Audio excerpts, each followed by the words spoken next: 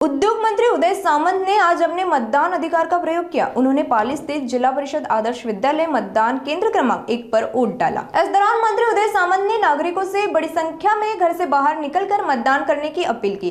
कुछ स्थानों पर ईवीएम मशीनों में तकनीकी दिक्कतों की खबरों पर उन्होंने कहा कि इससे किसी भी मतदाता के मतदान अधिकार का हनन नहीं होगा।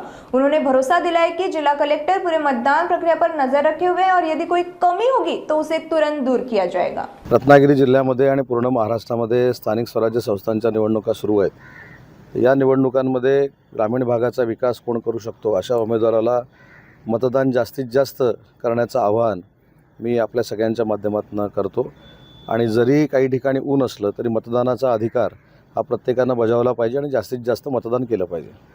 रत्नागिरी जिल्ह्यात काही ठिकाणी ईव्हीएम मशीन बंद करण्याच्या घटना देखील घडलेल्या आहेत, त्यामुळे काही ठिकाणी खोळंबा देखील झालेला नाही, ईव्हीएममुळे जर खोळंबा झाला असेल तर मला असं वाटतं की थोडाफार त्रास होईल, पण जे मतदार शेवटच्या क्षणापर्यंत हे त्या रांगेमध्ये असतील त्यांना मतदान करायला द्यायचं हे निवडणूक आयोगाचे आदेश आहेत।